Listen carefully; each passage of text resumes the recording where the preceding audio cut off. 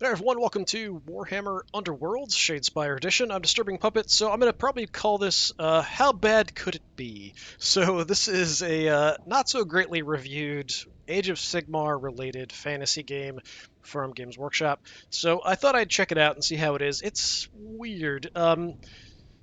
Yeah, so I've gone through the tutorials. I've done a little bit of playing around. I'm going to continue playing around. We're going to do a tutorial fight in this today just to kind of look at the rules. It basically is a regular fight. I get to control everything, but it'll give me kind of tool tips and things as we go through. Normally, it won't do that, so that's really helpful. I did have to kind of look up some things and double check some stuff. First things first, it is Age of Sigmar, so to me, it is inherently silly. Especially the human factions, the Stormcast Eternals just look ridiculous to me. I'm a very much an old world Warhammer kind of player. Age of Sigmar to me has always been kind of silly and ridiculous and goofy looking, so it already has kind of a negative there. Second, it's missing, as far as I can tell anyway, any kind of leveling between fights. There's no gaining XP like in Blood Bowl, Necromunda, any of those other kind of separate games that Games Workshop has done in the past, where your characters get better over time. And I feel like that's a huge motivator to continue playing something.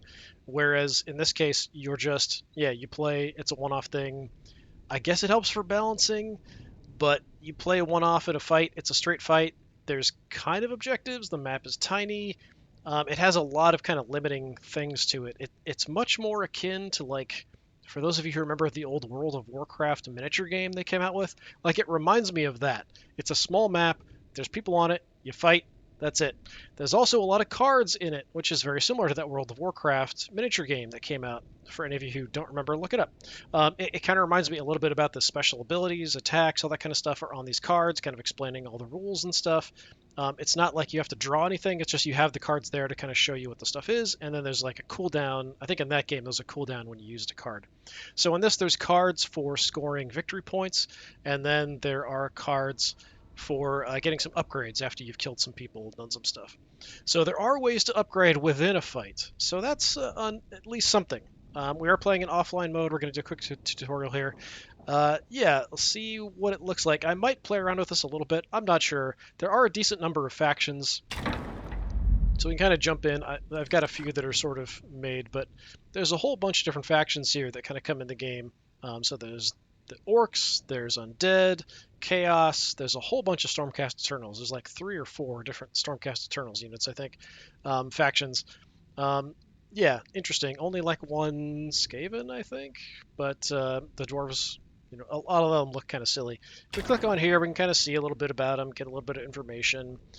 You can customize the look on them a little bit, at least so far as I can tell. If you're going to put these guys together, you also can change the deck, so that changes what things will pop up, because each time, like each turn around, you're going to draw different cards. They're going to let you score points.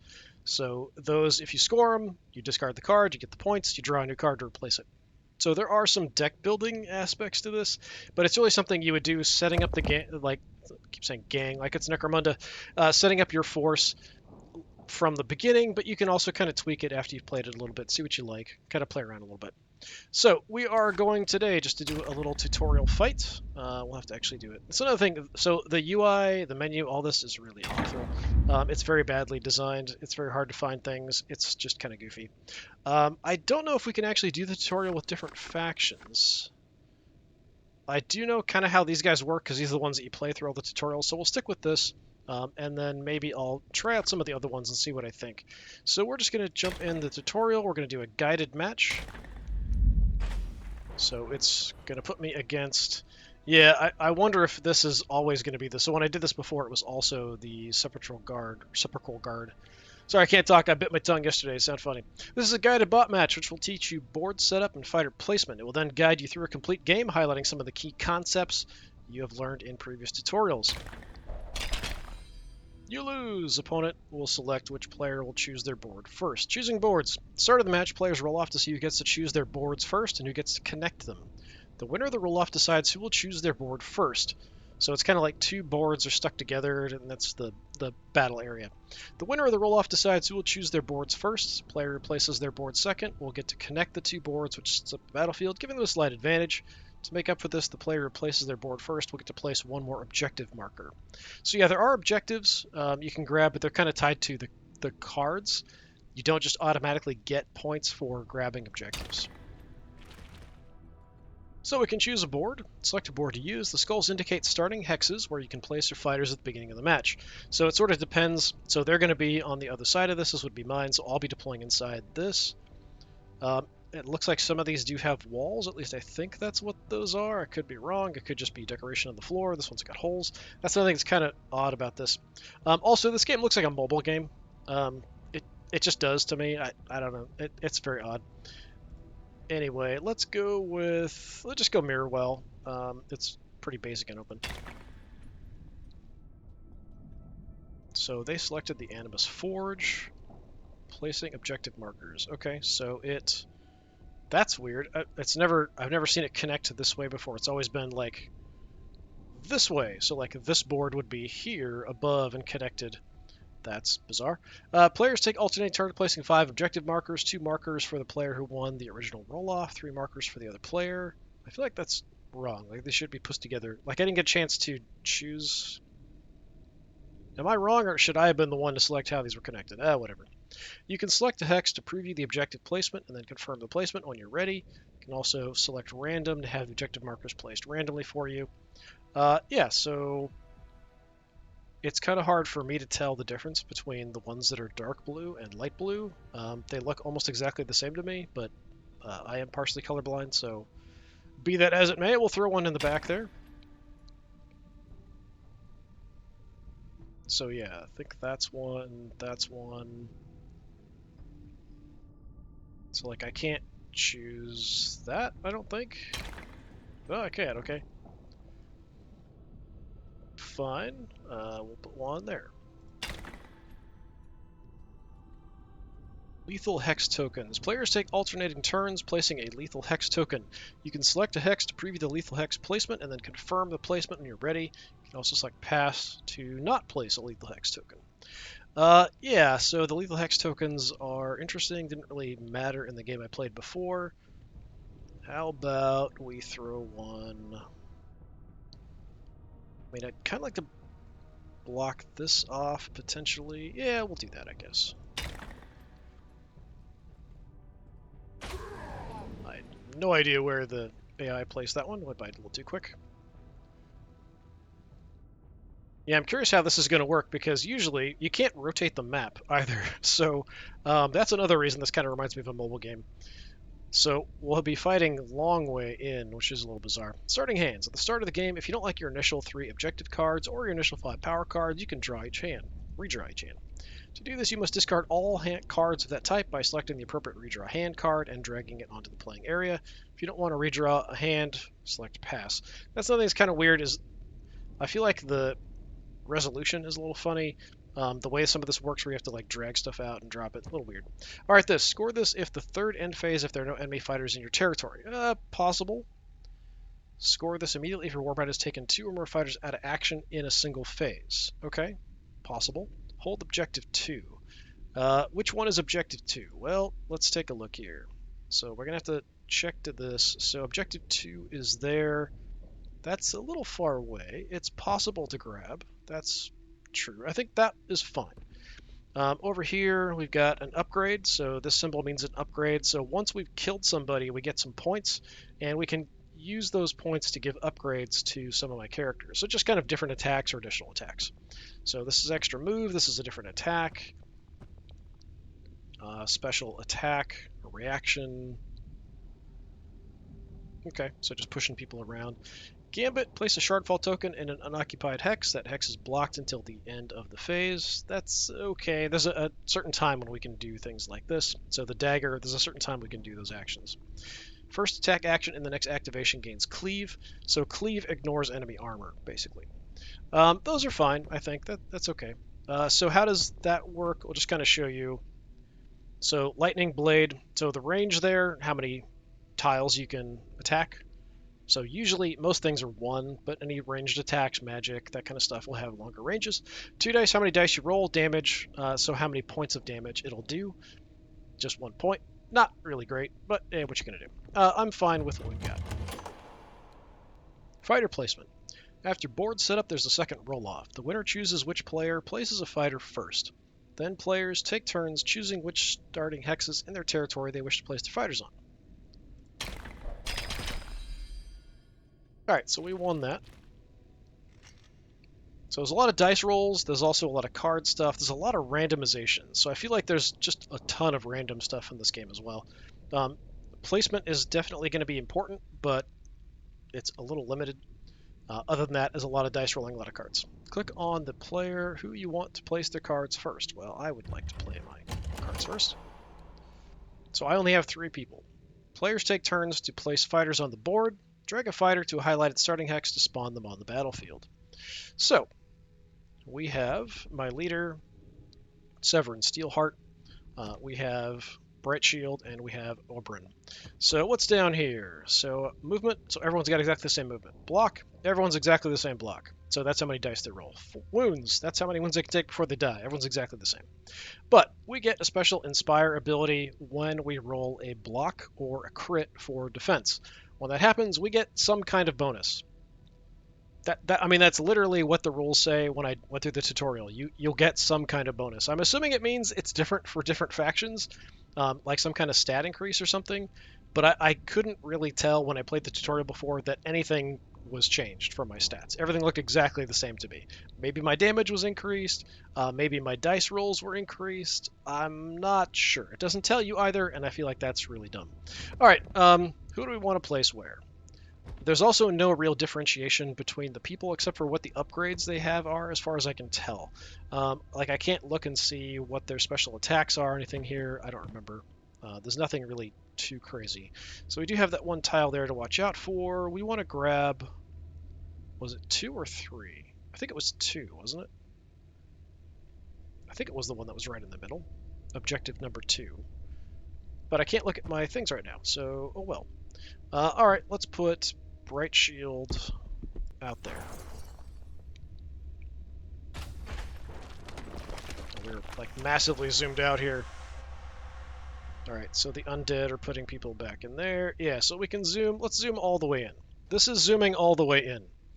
Usually they look a little bigger because usually playing with the map, like the 2 pieces are like close and far, not left to right kind of thing, like in this case. So this is kind of an odd placement. And yeah, only the stuff on the map matters. The rest of this is just fluff positioning stuff. Yes, so do we want to push like crazy? I mean, why not? Oberyn, let's put you like there. Take a look at where you're putting your corpsey friends. Yeah, down over here. Yeah, so we can kind of look and see. Like, a lot of these guys are quite weak. They're undead, so like these guys only take 2 damage and they're dead. This is kind of a regular guy. I think it's their leader. Yeah, warband leader. Takes 4. Severin is our leader. Let's go ahead and put Severin over here. Now, we've only got 3 people in our warband, whereas the undead have a whole bunch. As you can see, they're still throwing people out there. Round 1. This is the first round. Get ready to take Steelheart's champions to victory against the Sepulchral Guard. I don't know why that's there. After fighter placement plays, players roll off a 3rd time, and the winner chooses who takes the first activation. The player who finished placing their fighters first gains an extra crit during the roll-off. So you're much more likely to go first. So yeah, we got 2. They got none of the crits.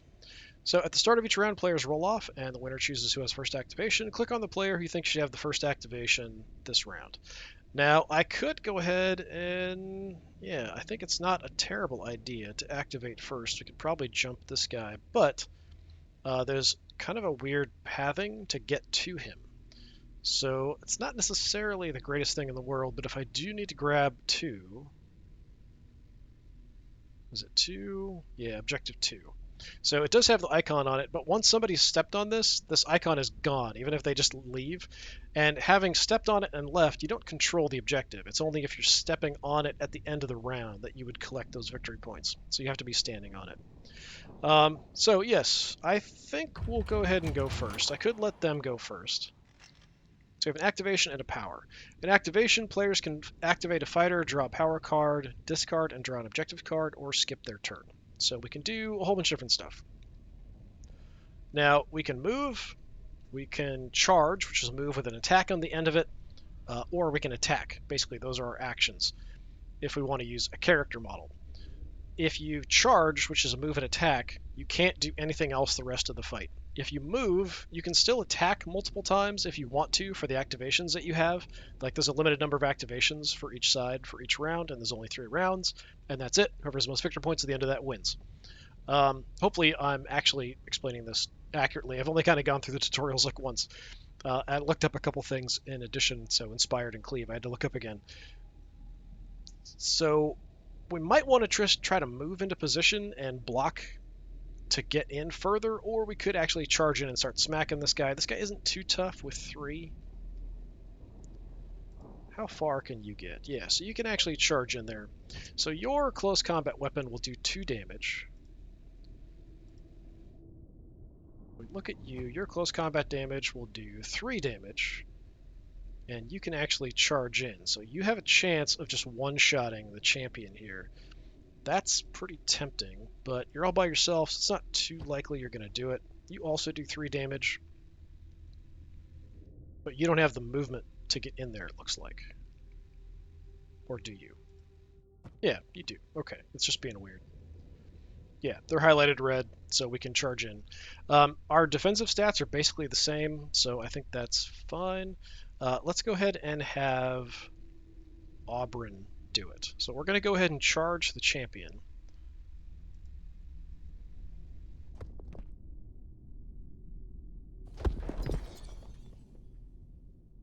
Wait, is that an empty tile? No, that's a normal tile, I think. There's empty spots somewhere, or am I crazy? I don't know, whatever. Yeah, it's really hard to tell, like, the way some of these tiles look. Remember, a fighter that has a charge action cannot be activated again this round. Yeah, I'm aware. So we're hoping we'll get a good hit here. Did not get a great hit, but he didn't block. I thought I got a hit there, but I guess not. Attack fails and the defender has rolled more successes than the attacker, or if the attacker has not rolled any successes, it also fails in the case of a tie. After a successful attack or an attack where both attacker and defender rolled the same number of successes, it's possible to drive back the defender. A defender that's driven back is pushed 1 hex. The push must take them further away from the attacker, driving them back. So I guess we must have tied there, and we just got to push back. Normally only blocks count. If you have people next to you, then additional things count as successes that would normally. And then crits kind of supersede everything else. So I'm going to push you back there, I think. If I can. Looks like I can. We'll just push you there then. Power Step. After each activation, both you and your opponents take turns playing power cards to affect the course of battle. You can play ploys or equip upgrades if you have unspent glory. Power Step will continue until both players have pressed the pass button. So we can do this. I think we can also go into guard mode with people. So if we wanted to do that. Nope, maybe not. Okay, I must be confused. So we can place a Shardfall token in an occupied hex. That hex is blocked till the end of the phase, so we could try to block where people are potentially coming at me. Like we have this guy with a big scythe over here. The Harvester might not want him coming at me. We could try to block it. We could go first attack action in the next activation gains cleave. That's not a terrible idea. I'm going to go ahead and play that. And then he played Clawing Hands, which if I don't see where it is, we can pull up this and kind of see. So Unstoppable Strike, we can see what that does. Clawing Hand. Each friendly fighter that's not on the battlefield is considered to be supporting the first attack action in the next activation. That doesn't matter because none of his guys are out, so it's sort of pointless unless we kill somebody. So do we want to put a token somewhere? We could try to kind of block where the enemies are going to come at us. They can't just move right through here. I could block that a little bit. We could throw a blocking position there. We could try to block this. This is really the only one that's actually really going to work. We could stop anyone from coming in on this side. He hasn't activated yet, though, so he could still attack me and charge in. So it doesn't necessarily save me. I mean, I have the tile, so why not? How about we throw this right there? So it just puts like a little blocking thing there. And that's all I can do. We'll draw replacement cards, probably at the start of my turn, something like that. Okay, he's doing a charge. He got double crit. Holy crap. All right, well, that's bad. We just eat that. Attack succeeds when the defender has rolled more successes than the defender. Crit symbols count as crits and can be used. Can only be beaten by other rolls that include a crit. So to block that, we would have had to roll a crit for each crit he rolled. We did not. We take our 2 damage. It's going to knock me back. So our faction inspires when we successfully block or roll blocks. Each fighter card has an inspire condition as shown on their fighter card. When this condition is met, they're inspired and remain inspired for the rest of the game. Inspired fighters can receive improved stats, new attack, actions, and special abilities. So did his stats change? Okay, his block did go up by 1, so that must be the improved version. Alright, so being inspired, we get an extra block die. So I have no powers I can do. There's nothing I can do with any of you guys, so yeah. Go away. Go away. Fine. There we go. So we got our activation now. So yeah, with him being here, if we can come in and we're attacking adjacent to him, we'll get some additional bonuses to attack. I think that's probably what we want to do. Your attack can kill. Yeah, I can do 3 damage. So I am going to charge in here. I could just move in and then attack on a later action, but I'm just going to go for it here.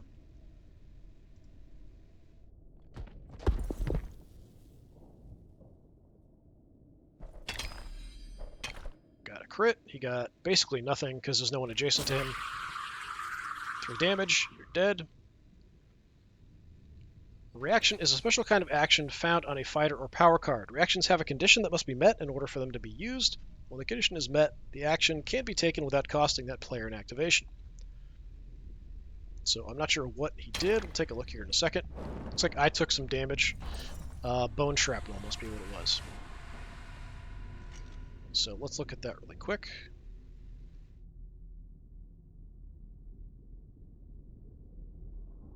Play this after an action that takes a friendly fighter out of action. That fighter that took them out suffers 1 damage. So he kind of blows up and dies in the process. Alright, so we can now, if we want to, do some upgrades. Because we have glory, because we took somebody out. So the only way we get this for victory points, this is how you win, killing people, and then also triggering these special abilities. Alright. So we could put Lightning Blade on our boss. We could give somebody additional movement. Upgrade. During adjacent fighter's attack action that target this fighter and fails, this fighter cannot be driven back, and you can push their attacker 1 hex. Sure, I guess. I think we can do this as many times as we want. It's got to be Bright Shield, so we'll put that on you.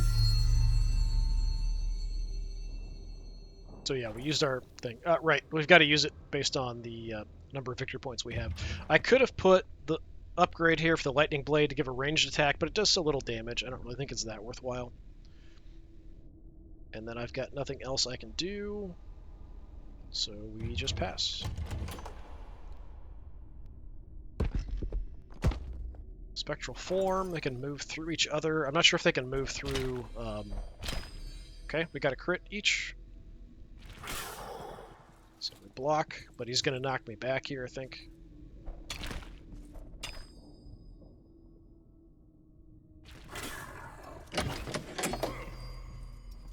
Okay, he's now inspired as well. In this phase, there's literally nothing I can do. But I've got 2 people inspired now, so we're a little bit better off defensively, but we are hurt.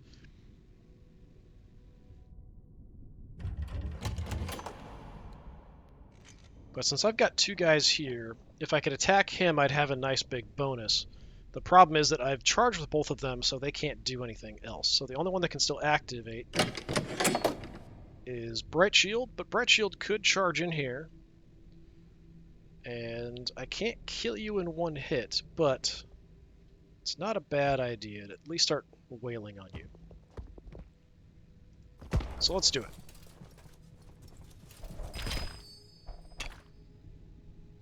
Okay, that's going to be a success.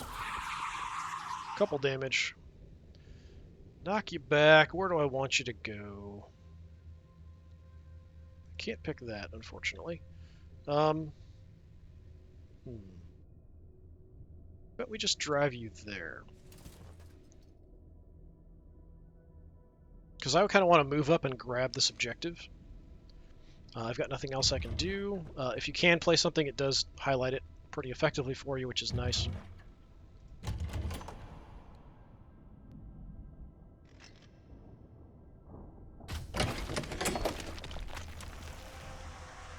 Okay, just brought somebody back, which inspired the champion, I think, is who was there. It's not really showing me. Champion, yes. So, let's see. Warden used return. Place a friendly fighter that was taken out of action on a starting hex in your territory and remove all their wound counters. So they come back at full health, basically, is what that means. Unfortunately, kind of blocking right in my way. Nothing I can do. I have an activation, but I don't think there's anything I can do. Well, can I block? Or not block, guard. That's what I meant. Can I guard? No, I can't do anything. Nobody can activate. Nobody can attack. We charge with everybody, so it's being very aggressive. There's literally nothing I can do.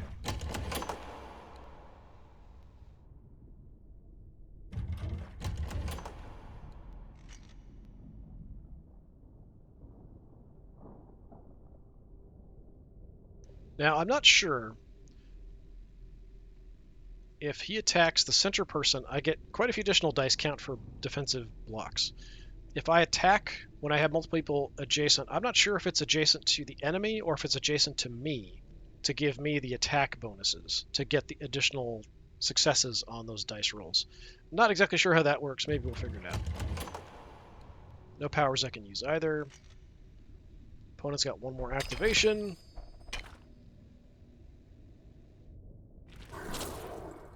Okay. It was a cleave. I couldn't do anything about it anyway. Knocked me back.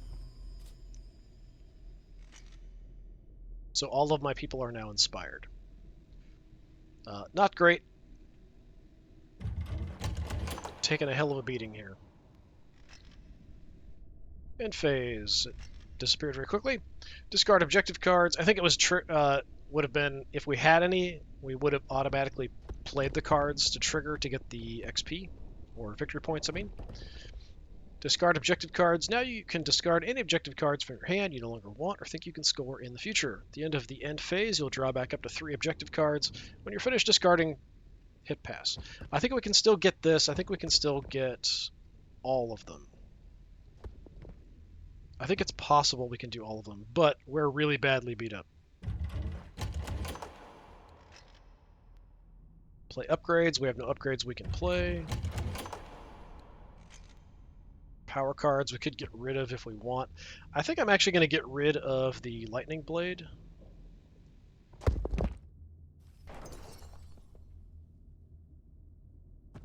The +1 move is okay.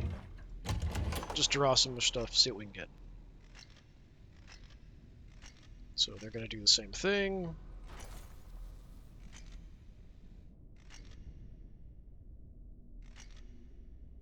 Get ready for the second round. This is the middle of the game. There's only one more round after this one is complete. So the games are quite short. We have to roll. He's going to win that. See who goes first.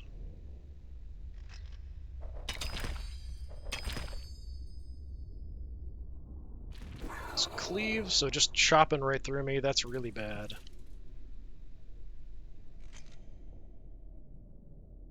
Okay, so what do we have?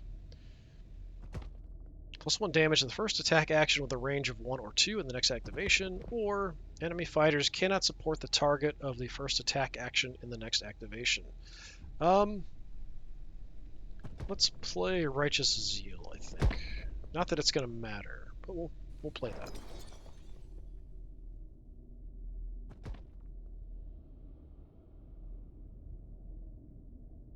I don't think this is going to... Well, there are... Like, he is adjacent, so... We kind of want to kill... I mean, if I can kill both of them, that would be ideal. Yeah, we'll go ahead and play both. We'll try to hit the full health guy first, see if I can take him out, and then go from there.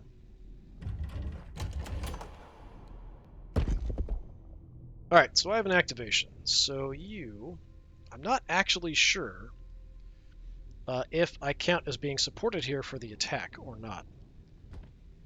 So this does 3 damage, this does 3 damage. Either way, it's fine. That's a knockback, this is a cleave. So how about we go for the cleave on the champion.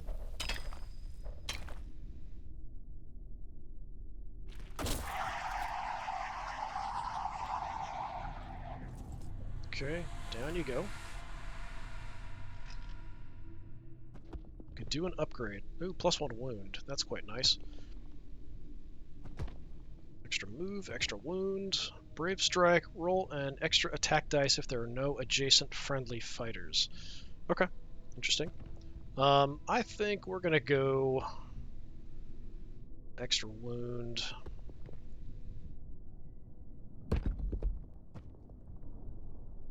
On my leader.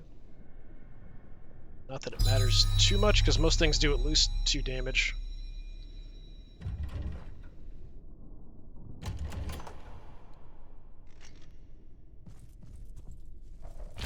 Okay, I don't know if we can block that. Yeah, he rolled a crit, so I'm doomed. 2 damage. He dies. Each friendly fighter that... Okay, we'll take a look at that in a second. It went by too quick.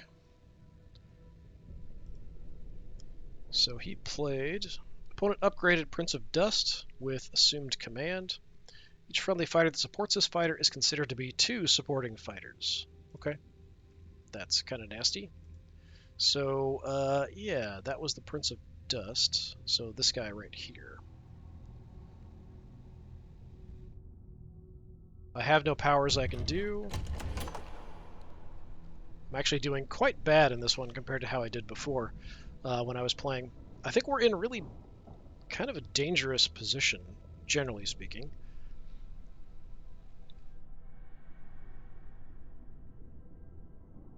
You've activated already, but you didn't charge, so he could activate again. So I kind of need to kill this guy.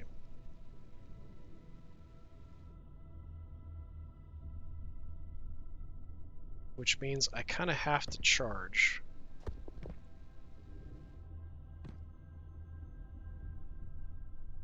And I can't really control what tile I go to, I don't think. If I hit this guy, I think we just automatically...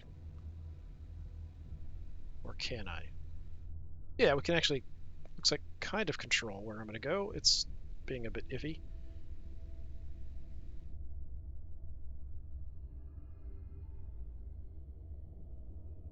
Yeah, do that.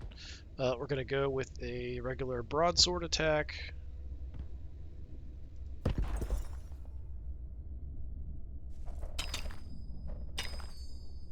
Okay, that should work. It did not. Yeah, weird. So I'm not sure why. So for me, only blocks count, and the only reason that was a dodge that he rolled, those only count if you're in guard stance, which I don't think he was, but maybe he was. I'm going to put you there just to get you kind of out of position a little bit. I have no powers I can use. So I do kind of want to grab this, but I also want to kill this guy for victory points. I can't do both. Great, he's summoning more guys. Awesome, that's really helpful. Yeah, I'm kind of in bad shape here because I'm getting hurt pretty badly. But that's all he really did on his turn. You charge, so you can't do anything. kind of attacks do I have? Anything? Single target. Furious parry. Okay. I could just park on the objective. I could charge down here and try to kill the harvester. Either one of these will get me victory points. But this will get me victory points now. That'll get me victory points later. But it's really risky to put me out here, especially with the prince there. So I could just move.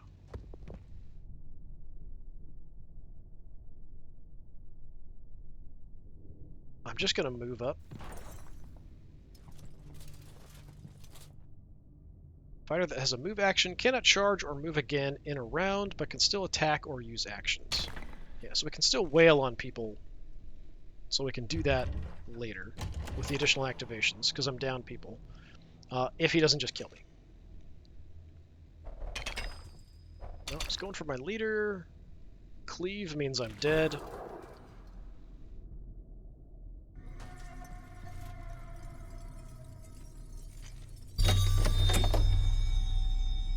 Okay, buff that guy with extra health.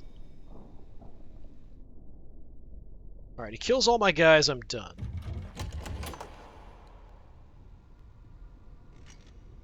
At least as far as I know, there's nothing I can do to get people back. The undead obviously can.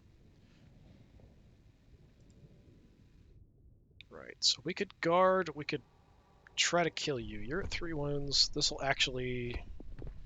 Yeah, nothing I have will do enough damage to one-shot kill this guy. I can't move. I am sitting on the objective. So I could hit him. I could just guard. I'm going to guard. Fighter on guard will succeed on defense rolls by rolling a block or dodge, and they can't be driven back. So I'm just going to try to grab the objective that way.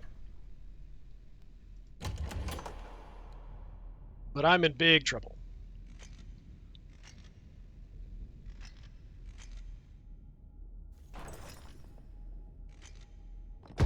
So we get a couple for that, only one. Do I want to discard anything? Well, we're not going to get this. We're not going to take out 2 enemies in the same phase, so let's get rid of that.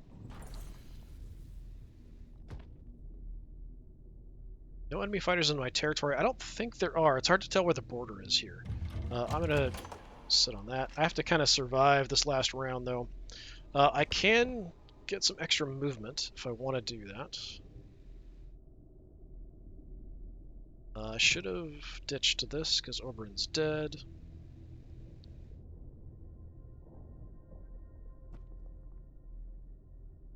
I think that's what we're doing, right? Am I discarding? Can I discard this? No. Yeah, discard's already passed. We're on to upgrade. Alright, I'll give you some movement, sure.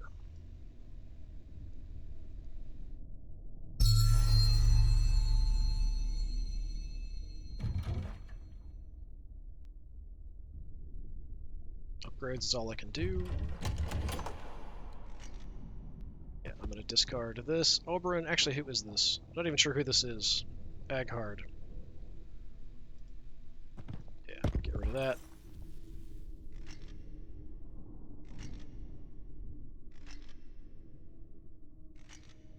Okay, if I go second, I'm probably dead.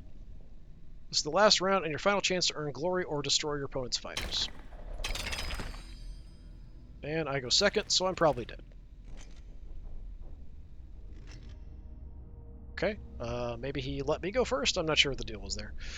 Score this in the end phase if you're holding Objective 4. Objective 4 is way in the back. We can turn this off, too. Objective 4 is that one back there. Not going to happen. Score this in end phase if your warband took an enemy leader out of action in the preceding action phase. Yep, not going to happen. Denial if third end phase there are no enemy fighters in your territory. So we're going to get 3 for that, I think, unless he moves across. He doesn't know I have that. What do I have here? Choose a friendly fighter, put them on guard. We have an upgrade for Bright Shield. I don't know if that's who you are. Yes, it is. Okay.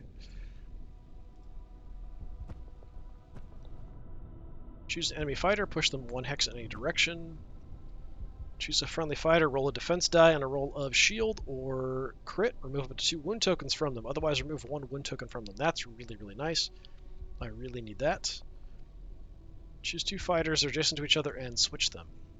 So I can't kill this guy because my attacks only do 2 damage. 2 or 1.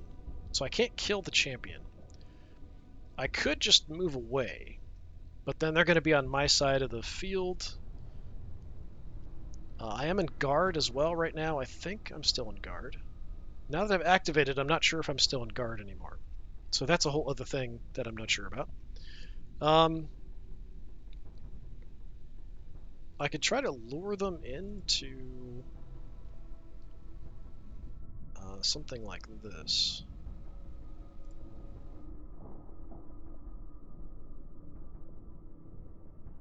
Though it's being really weird here about my movement. Why are you being weird about my movement? Let me exit out. Let's select you again.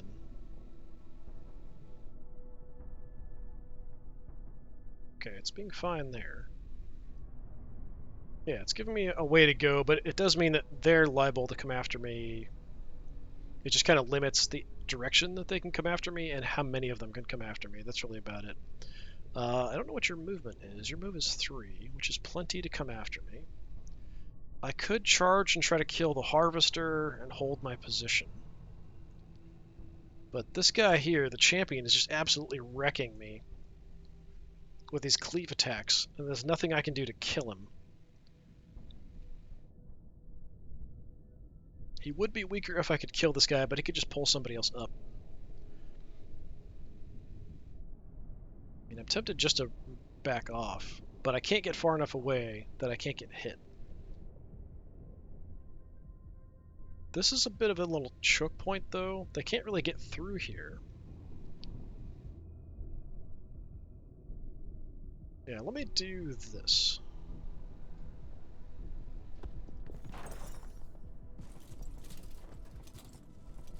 Back off like the coward we are. For powers, we're going to go with healing.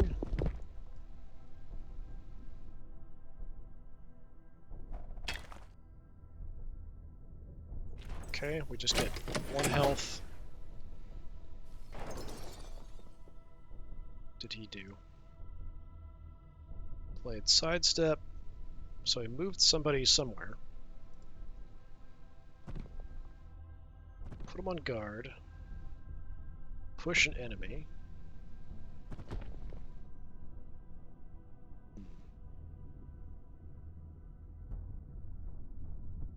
Yeah, I can't push anybody into one of these hexes. I will go ahead and put you on guard.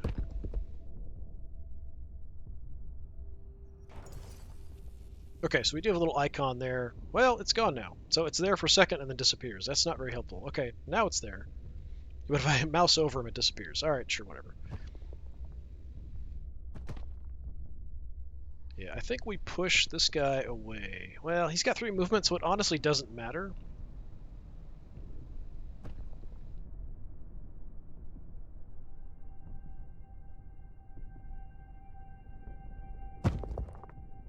So I will push you back. So if he is going to come after me, he'll basically all be by himself, which means he'll be less likely to be successful, I would hope. And we could swap a couple people around, but that honestly doesn't even matter, so we'll just pass.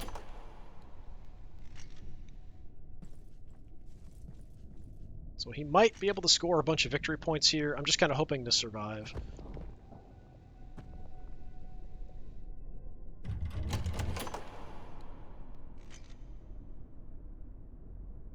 On my activation, I can't do anything. I can't charge and I can't move. I can close combat attack if somebody does come next to me, though. I'm already on guard, so there's no point doing that, so I'm just going to be skipping my activation.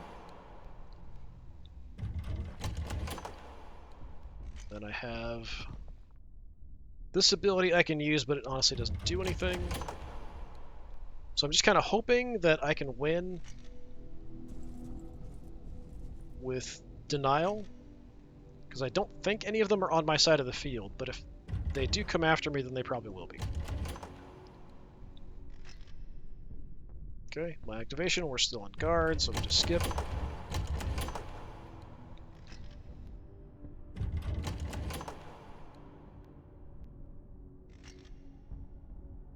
Giving him plenty of opportunity to kind of grab objectives and do what he wants.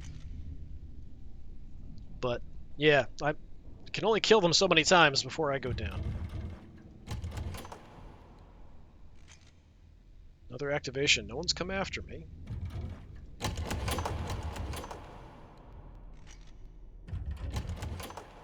Let's see if he charges me down now. Yep, okay. Got a crit. Yep, I'm dead.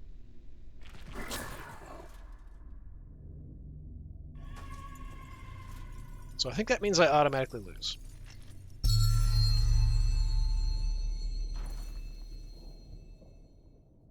Maybe not.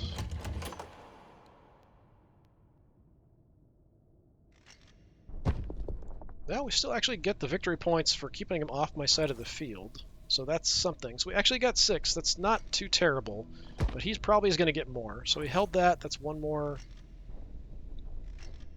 Did I win? I won, even though we all got killed. Okay, that's kind of bizarre. Yeah, playing the objectives and knowing what I was going to get there is the only reason. But I thought I'd die as soon as we all got killed. I figured we were just immediately done. We just lose automatically at that point. I feel like if you kill everyone, you should win. I kind of feel like that's wrong. Yes, we got the 3 extra victory points by keeping him off my side of the battlefield, but yeah, that just felt like a very bizarre victory to me. Yeah, it's an interesting game. It's very limited. It's very not great. So I'll play around with this a bit more. I'm not sure if people will actually be interested in it or not. So I did kind of play around with Chaos, the Undead, and setting up a troll, Molog here.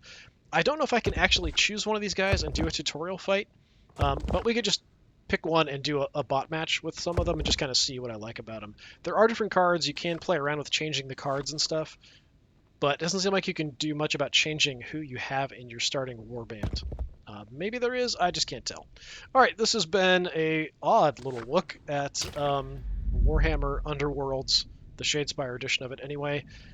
In my How Bad Could It Be series of videos that we might be doing on this. So far, yeah, not super impressed. The visuals are kind of crappy. The cards look kind of weird. The graphical fidelity's not great. There's no... I mean, there's upgrading inside a match. There's no upgrading between matches. There's a lot of randomness with the dice and the cards and all that kind of stuff. So, I mean, it could be a lot worse. It could be a whole lot better. I'll put it that way. At least that's my impression so far. So yeah, come back. Maybe we'll do another one of playing around with one of the other warbands. So I've been Disturbing Puppet. This has been Warhammer Underworlds. Hopefully I'll see you again in another one. Until then, have a good one.